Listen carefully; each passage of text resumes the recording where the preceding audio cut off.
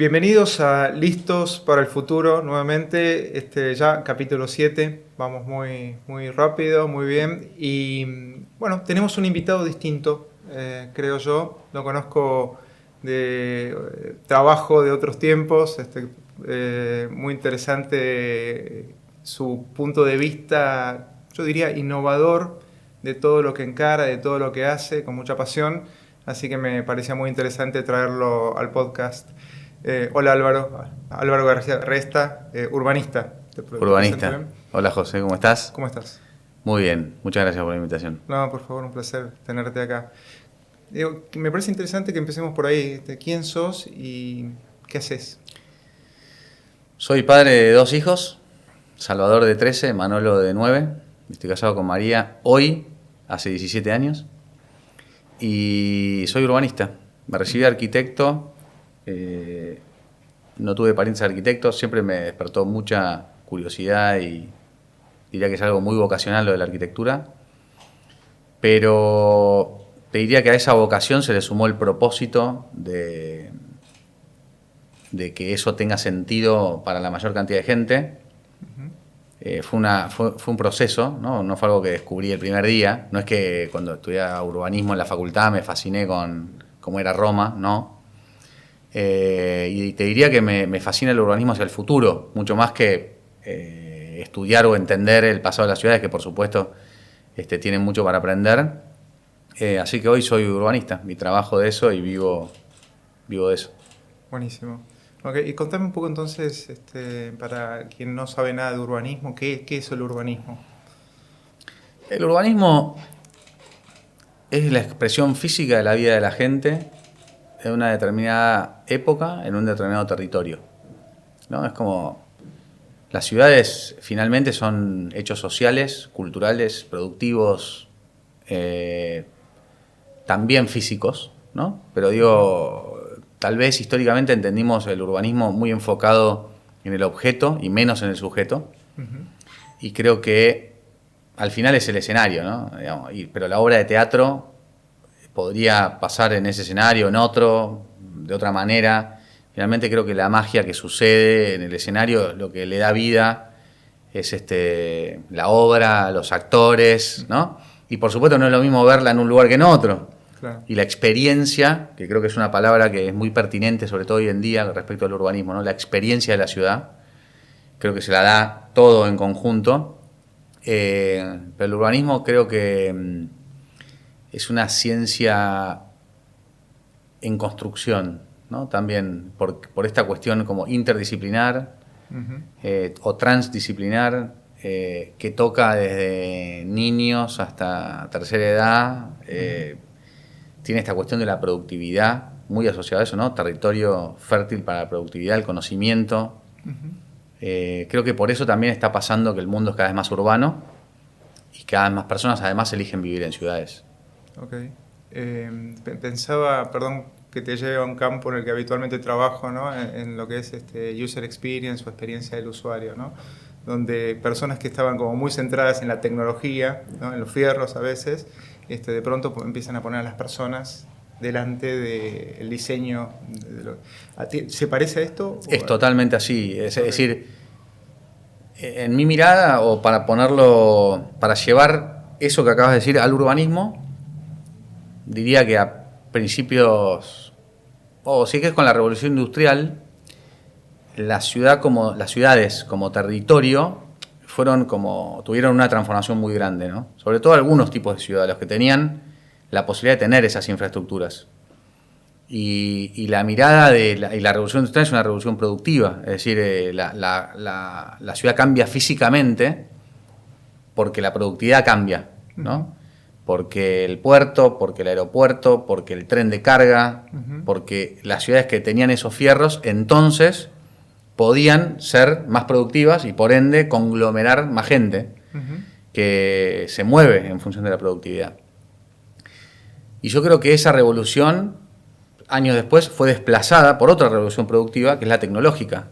Uh-huh. Y la revolución tecnológica hizo que no necesariamente tengas que tener todos los fierros para poder ser productivo, ¿no? Hoy podemos ser productivos estando en cualquier lugar, uh-huh, con alguna infraestructura de conectividad, pero cada vez es todavía más liviana y más remota. Entonces eso igualó en condiciones o en posibilidades a muchas ciudades entre sí y por ende le agrandó la oferta de dónde vivir a la gente. Claro. Entonces los límites físicos, territoriales, geográficos, el idioma mismo, cada vez se diluye más y uno ya puede disponer, elegir en qué ciudad del mundo quiere vivir independientemente de su productividad, ¿no? Es decir, que la productividad estaba pegada al piso y ahora está como separada del piso. Y ahora con la revolución de la inteligencia artificial tal vez hasta se separe de la persona, ¿no? Que es como el debate que está sucediendo ahora. Esto de que si vamos a seguir siendo productivos nosotros, personas, mediante interfaces con tecnología o con infraestructura, o si ya alguien va a producir por nosotros y no va a hacer falta que nosotros seamos productivos.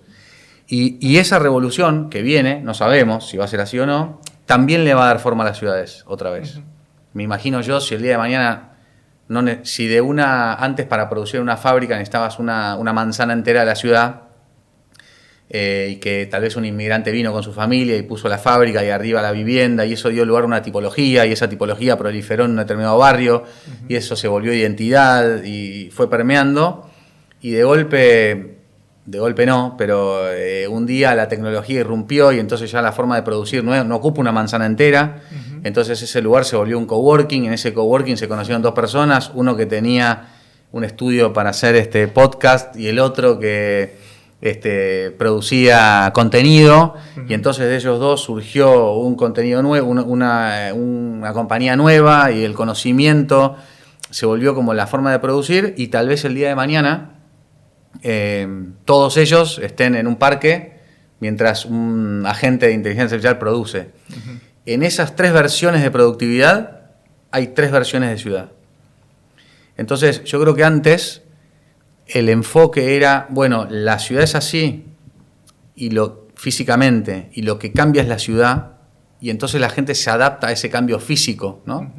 Y hoy creo que un poco se invirtió y el user experience, traccionado por la tecnología y todos los cambios que vamos absorbiendo como personas, hacen que la ciudad tenga que cambiar para hacer fit con uno, si no uno elige dónde se quiere ir. Y las ciudades quieren retener el talento, porque la productividad y la aglomeración es economía finalmente del conocimiento, es lo que supongo que al campo es la soja o la producción agropecuaria, para la ciudad es la gente. Claro, a ver, otra vez transpolándolo con el mundo de la empresa, ¿no? Entonces, imagino una versión más proactiva de diseño de la empresa para generar una experiencia en sus empleados determinada, ¿no? Entonces hay alguien que está diseñando el futuro, pensando el futuro, como user experience o como lo que vos me estás contando. Entonces me puedo anticipar e ir creando, generando voluntariamente, ¿sí? Que algo suceda en un formato de empresa a la medida de los seres humanos que lo... Anticiparse, ¿no? Es la clave. Claro, pero probablemente muchas veces pasa reactivamente en las ciudades. La mayoría de las veces. Claro. La vida de la gente cambia mucho más rápido que las ciudades. Entonces, bueno, obviamente cuando ese cambio de vida de la gente se hace evidente y por ende genera una tensión o un problema, entonces la ciudad lo atiende y lo cambia. Pero en ese, digamos, en ese delay, ¿no? Hay puntos de dolor. Creo que lo que ha pasado últimamente, o en muchas ciudades que se han transformado mucho físicamente en los últimos años, y algunas que hasta están adelante de la demanda, ¿no? Que crean lugares que terminan generando la demanda que hasta ese momento por lo menos no era evidente o no tenían.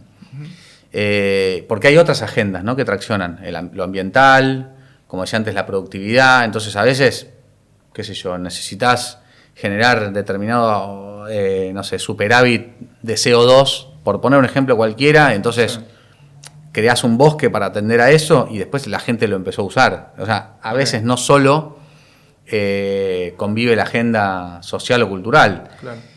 Creo que eso es también otro de los desafíos que tiene, ¿no? Es como la interdisciplina o la cantidad de saberes que hacen al urbanismo, ¿no? A que las cosas pasen y que pasen en un ecosistema que excede lo físico, hacen que el urbanista deba ser un profesional muy completo, ¿no? Porque en una Argentina volátil en la economía, por ahí vos tenés un proyecto y lo querés hacer, pero se trunca por motivos que no necesariamente tengan que ver con ni por los cambios sociales ni tecnológicos. Financiero. Por ahí son económicos financieros. O por ahí tenés resuelto lo económico financiero, pero culturalmente o socialmente un barrio no está preparado o rechaza ese determinado proyecto que por ahí tiene mucho sentido ambiental y mucho sentido económico, pero tiene poco sentido social. Entonces, creo que, mirá que yo soy arquitecto, digamos, de formación, pero te diría que el gran cambio que me ha pasado en estos años hacia el urbanista es prestarle más atención a la arquitectura del proyecto que al proyecto de arquitectura. Contame eso, ¿qué significa? Es decir, yo como arquitecto le entro al problema por la forma, ¿no? Es decir, mis desafíos tienen que ver con la cosa, sí mismo, claro. El diseño de la cosa, que por supuesto tiene una función y tiene que hay que atender, y etcétera. Pero el gran cambio que he tenido en estos años es generar las condiciones para que la cosa pase bien. Claro, claro. ¿No? Entonces, creo que la arquitectura del proyecto requiere una energía y una no sé, cantidad de saberes, como decía, o de experticias o de experiencia, claro, necesarios para que luego el proyecto de arquitectura suceda. Correcto. Y obviamente que suceda lo mejor posible, ¿no? Si no, creo que muchos casos han pasado donde uno plantea un proyecto de arquitectura y luego lo que pasa es el subóptimo de eso, producto de ponerle la arquitectura del proyecto después. Correcto. O sea, si uno diseña una cosa y luego lo intenta consensuar, probablemente en ese consenso la cosa cambie. Cuando uno arranca por el consenso y después le termina dando forma a ese consenso, y claro, los acuerdos son la base de eso que se sostiene. Claro, claro. Perdón que sigo traspolando. Nosotros nos conocemos hace muchos años y sé hacia dónde vamos, y es algo probablemente que nunca te había dicho, que encontraba algunas similitudes con algunas cuestiones de la empresa, ¿no? En la empresa la metodología de gestión de cambio básicamente es justamente esto, ¿no? Tener en cuenta a las personas desde el inicio de todo proyecto, y después está en el project management o la gestión de proyectos, que también lo hemos trabajado en alguna instancia del camino, ¿no? Donde, bueno, es cómo voy a hacer, teniendo en cuenta la dimensión personas, que este proyecto termine siendo, en la empresa sería adoptado, ¿no? No sé, claro, no sé en el urbanismo... No sucede. O sea, yo siempre digo algo, para traer más lenguaje empresarial. Yo nunca fui empresario, llegué hasta ser emprendedor, hice otras cosas en mi vida que me divirtieron y aprendí mucho y me nutrí mucho. Que por ahí digo, la organización no a nivel de recursos humanos, ¿no? La organización de un proyecto, en términos estratégicos, y sobre todo un proyecto complejo, y cuando digo complejo no digo por difícil, digo por la cantidad de variables que puede tener un proyecto urbano. Yo muchas veces escuché esto de lo soft y lo hard, y lo soft es la gente, y lo hard, no sé, son las cosas. Y yo creo que es exactamente al revés. Las cosas no se quejan, no se agrupan, no tienen identidad, uno las mueve, eso es un tema de recursos, ¿no? Llevado al urbanismo sería como, lo hard sería la infraestructura, caños, no hay un problema con los caños, uno los agarra con una grúa y los mueve, va y los coloca, ¿no? Va y los compra. A la gente no, a la gente no. Y yo creo que entonces lo hard, lo difícil, lo duro es manejar, articular acuerdos, personas, encontrar en el otro lo que lo motiva, lo que le da miedo, poder eliminarlo, poder atender, poder entender la diferencia entre en un sistema de intereses y un sistema de incentivos, para que el proyecto no se muera antes de nacer, porque la amenaza es que no suceda, es la no ocurrencia.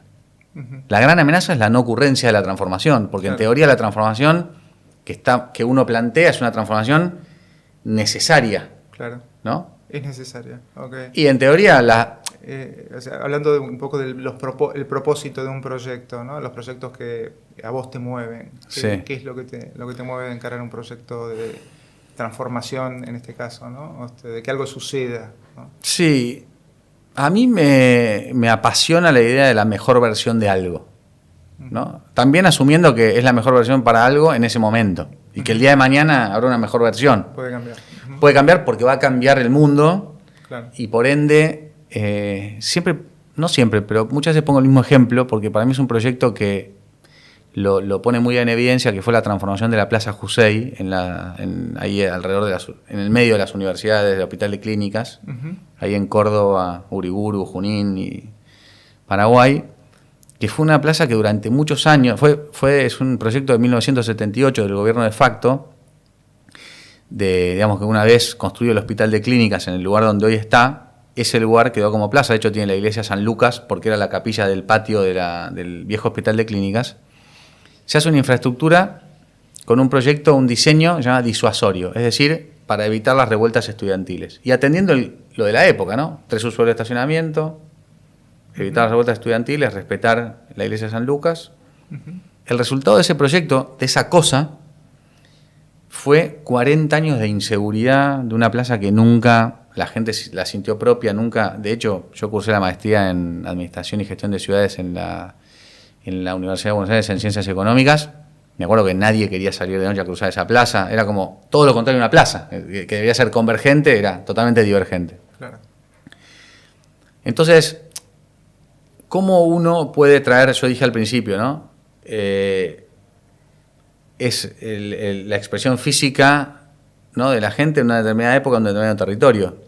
Quiere decir que tal vez en 1978 eso era lo que tenía que pasar ahí, o no sé, yo nací en el 78, con lo cual no me acuerdo. Sí, o al menos para quienes los tomadores de decisión, claro.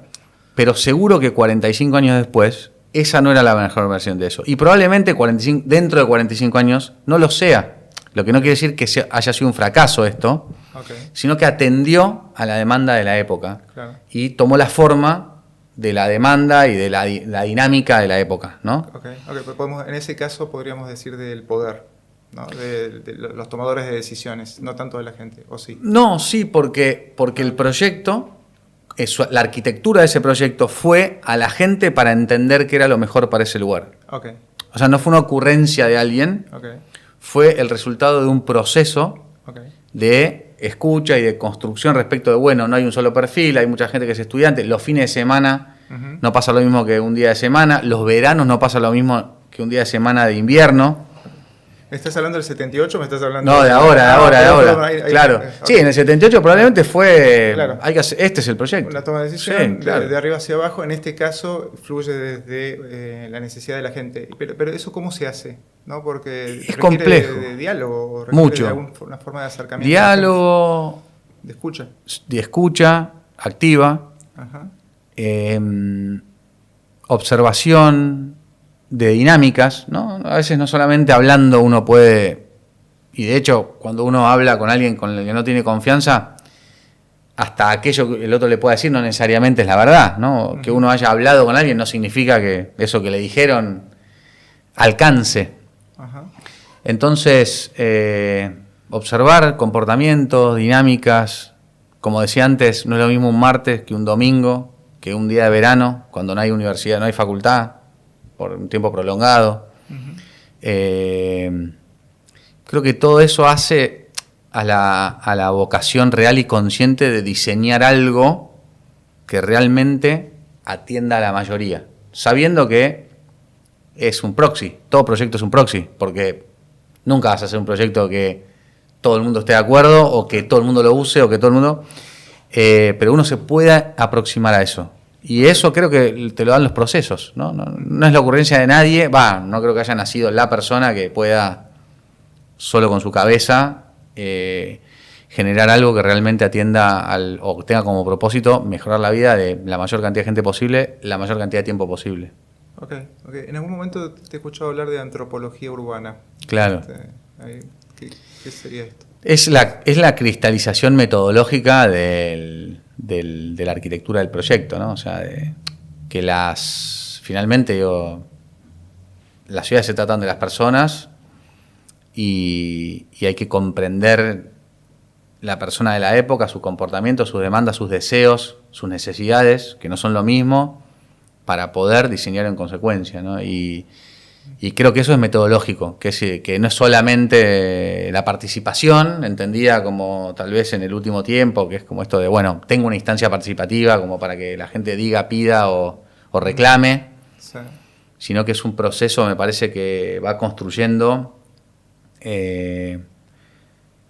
confianza y va construyendo instancias de apropiación, porque yo creo que cuando la gente siente algo propio, y eso te lo dan los procesos y lo sostenido, es sostenible en el tiempo, ¿no? O sea, cuando uno solamente avaló, el compromiso es ok. Cuando uno fue parte de un proceso y lo siente propio, muchas veces, ¿viste? Uno ocupa estos lugares como de que uno tiene la posibilidad de transformar, y entonces es una pregunta que 1000 veces te hacen, que te dicen, y el día de mañana cuando vayas con tus hijos o con tus nietos por un lugar y digas, esto lo hice yo, y yo siempre respondo que yo y un montón de gente más va a decir, esto lo hice yo. Claro.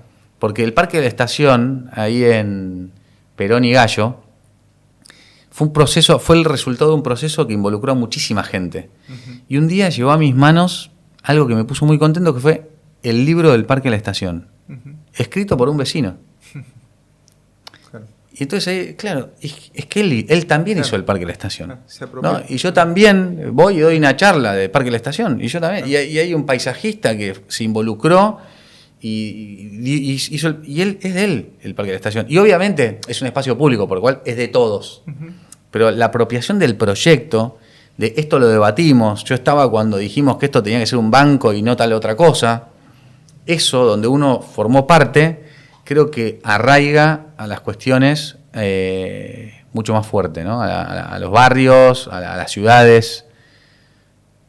Yo lo disfruté, además, que ese proceso, ¿no? Que lejos de ser un proceso que al abrirlo uno sienta miedo, ¿no? ¿Qué pasa? Cuando uno abre un proceso, siente que eso que él tenía en la cabeza y quería hacer, por ahí no lo puede hacer cuando lo abra. Uh-huh.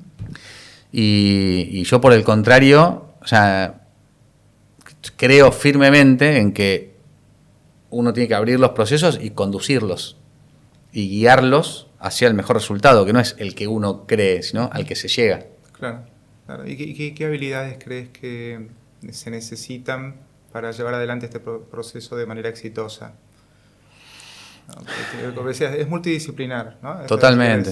Desde lo técnico, pero también alguna habilidad personal. Sí, personal. Yo creo que la habilidad que atraviesa todas estas cuestiones, no sé si es una habilidad, vos me podrás decir mejor, pero creo que es el liderazgo. Okay.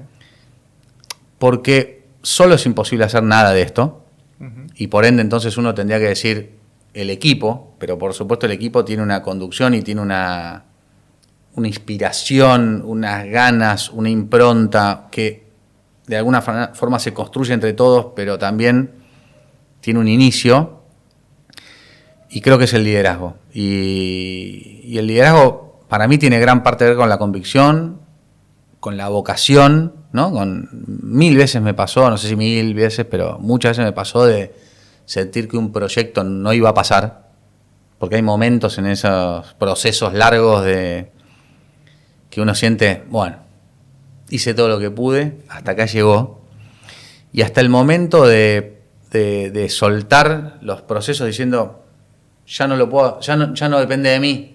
Uh-huh. Hasta eso creo que ataca la dimensión del liderazgo, ¿no? Saber en un momento decir, bueno, saber cuándo. Sí, y probablemente entonces ahí es cuando vuelve, ¿no? El proyecto y okay.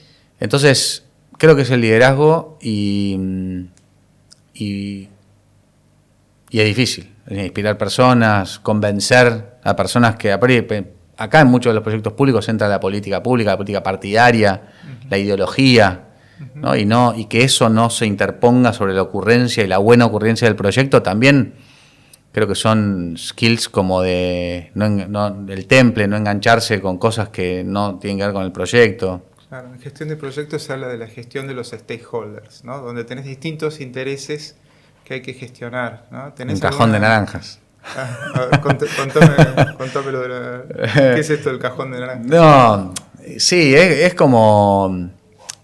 Yo digo, uno cuando agarra un proyecto y empieza a entender o a tratar de comprender o a hacer un mapeo, no sé si hay una técnica para eso, pero en su cabeza, por lo menos de los stakeholders, de los socios estratégicos de ese proyecto, creo que lo primero que hace es componer cuál es el sistema de intereses. Y lo primero que tiene que ver es, bueno, a este le importa esto, a este esto. Obviamente, si todo ese sistema estuviese alineado, sería más fácil, fácil, sí. Claro. Aunque es un sistema, ¿no? Es decir, los sistemas de intereses a lo largo de un proyecto se alinean y se desalinean. Y por eso creo que la gestión del sistema es lo importante. Porque, vamos a poner un ejemplo simple, no sé. Muchos vecinos de un barrio reclaman que un determinado lugar sea un espacio público. Es decir, el sistema está absolutamente alineado. Todos quieren que sea un espacio público. Del otro lado, en este caso, la ciudad que esté atendiendo ese tema puede gestionar que ese sistema que va todo para el mismo lado llegue a puerto.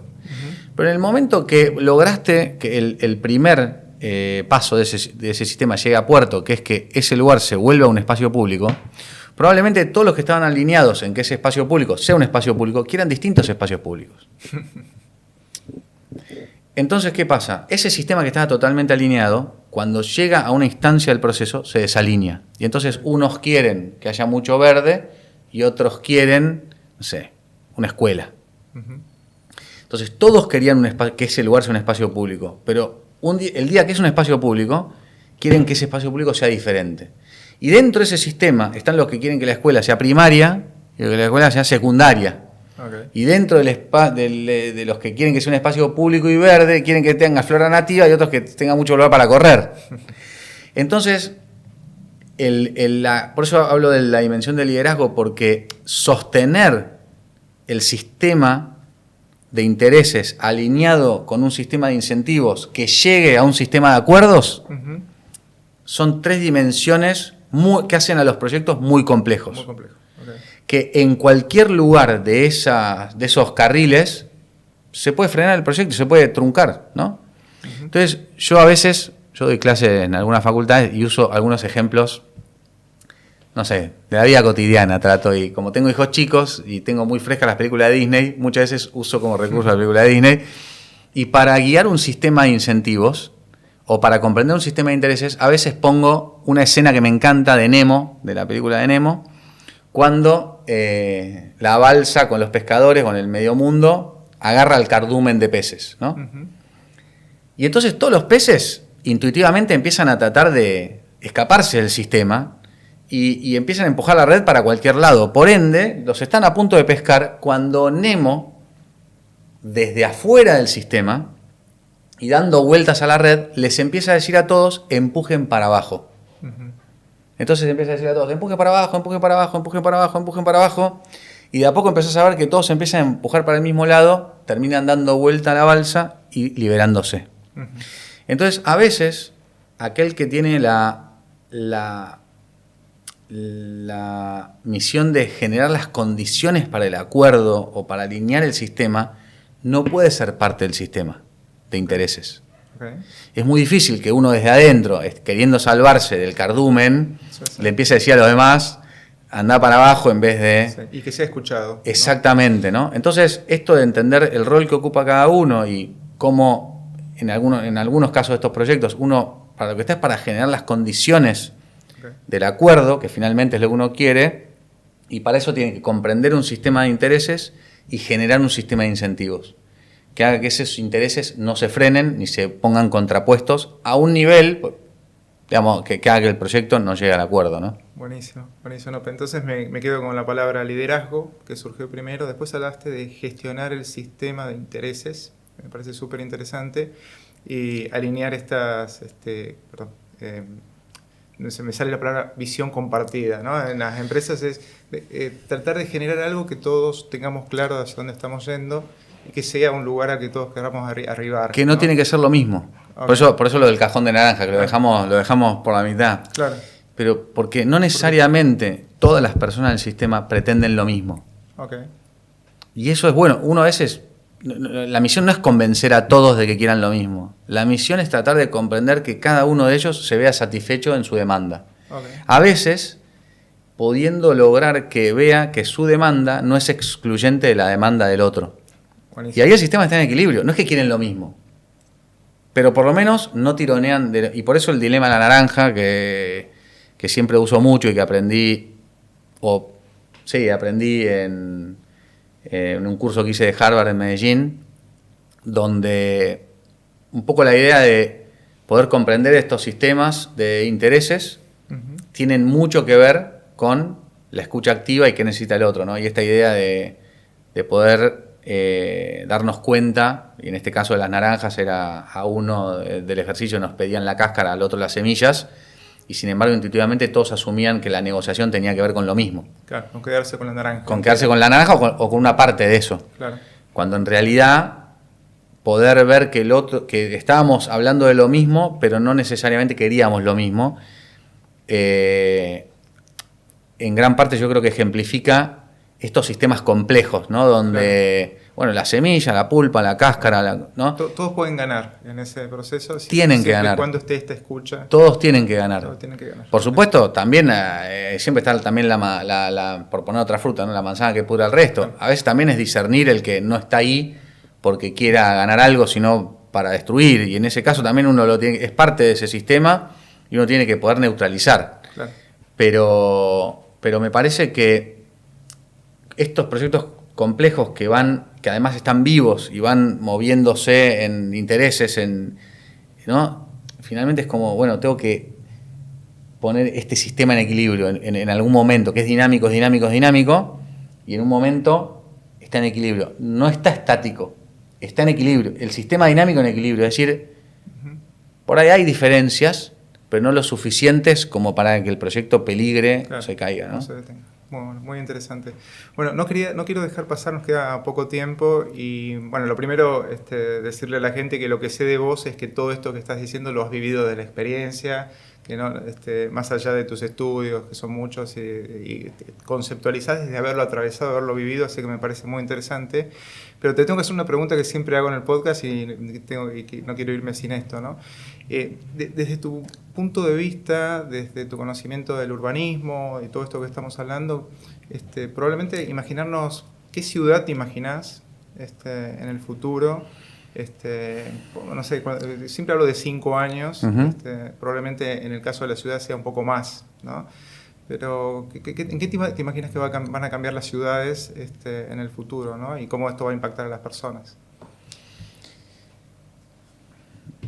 Uno se puede poner un horizonte temporal para que la respuesta tenga más impacto, ¿no? En 40 años puedo pensar un poco más que a 5, pero sin embargo nos dimos cuenta después de la pandemia que el tiempo no es la única variable para transformar una ciudad, ¿no? Okay. A inicios del 2020 pensábamos que la ciudad iba a evolucionar en un determinado tiempo hacia un determinado lugar y de golpe todo cambió muy rápido, ¿no? La tecnología cambió muy rápido, producto del encierro y de las necesidades. Entonces, yo soy muy cauteloso respecto del futuro para no hablar del futuro como un horóscopo, ¿viste? Si va a pasar esto. No, lo que sí creo es que las ciudades tienen el desafío de hacerse mejores. Todo el tiempo. Okay. Todo el tiempo. Y uno dice, bueno, pero ¿qué sería una ciudad mejor? No sé, si agarramos una ciudad cualquiera, ¿cómo sería mejor Barcelona? En realidad, uno lo puede pensar en, bueno, no sé, el Paseo de Gracia, tal cosa como la gran infraestructura, o en realidad que cada una de las cosas mejore un poco. Okay. Y yo creo que ese es el tiempo que viene ahora. No sé si es el tiempo de las grandes infraestructuras, de las grandes obras de infraestructura, porque creo que las ciudades han sufrido, se han acomodado a nivel infra, pero creo que la relación de la ciudad con la persona, ¿no? El metro cuadrado, lo que te mejora la experiencia. Estamos viendo miles de cosas dentro de las ciudades, ¿no? Temas de género, inclusión, neurodivergencia, accesibilidad, un montón de cosas. Y vos decís, no, lo que haría bien a la ciudad es la autopista. No. Yo pienso que hoy la ciudad, no hablo de la ciudad de Buenos Aires nada más, ¿no? Hablo de las ciudades en general.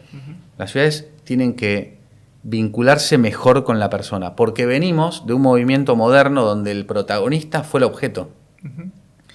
y ir hacia que el protagonista sea el sujeto y amigarse, el cemento con la persona, creo que todavía hay deuda de eso, ¿no? Ujú. Qué sé yo, obviamente hay momentos donde está mejor y hay momentos que está peor, Claro. pero hay algo que todavía falta, me parece, que es una ciudad que se ocupe de que la experiencia de la ciudad sea lo mejor posible. Yo digo, una vez hice un posteo que decía, el lujo es urbanidad, dijo y me conquistó, ¿no? Como dicen los redondos. Claro. Para mí la vida urbana es un lujo. Ujú. En un momento era irse al suburbio y tener los pies en el pasto, era un lujo. Yo creo que la vida urbana es un lujo. La vida urbana equilibra, genera seguridad, disfrute, momentos, genera momentos, ¿no? Estar en la vereda de una ciudad con un amigo tomando algo y estar seguro y poder... ver gente eso. pasarte, encontrarte con alguien, eso es algo que solo te lo puede dar la ciudad. Y mejorar esa experiencia es mejorar enormemente la calidad de vida, ¿no? No hace falta ya, creo que, insularizarse en un lugar y tener tu propia quintita para creer que eso es un lujo. En realidad, al revés, no podés socializar, no podés verlo distinto, no podés... Claro. Entonces creo que las ciudades hoy tienen una gran misión, que es hacerse mejores para mejorar la experiencia de la gente en la ciudad. Excelente. Bueno, muy buen mensaje de cierre. Bueno, muchas gracias, Álvaro, por haber venido, por haberte sumado a este podcast. Y bueno, a ustedes, gracias por estar ahí. Espero que les haya resultado interesante la charla, creo que sí. Y bueno, nos vemos en el próximo episodio. Nos vemos hasta pronto.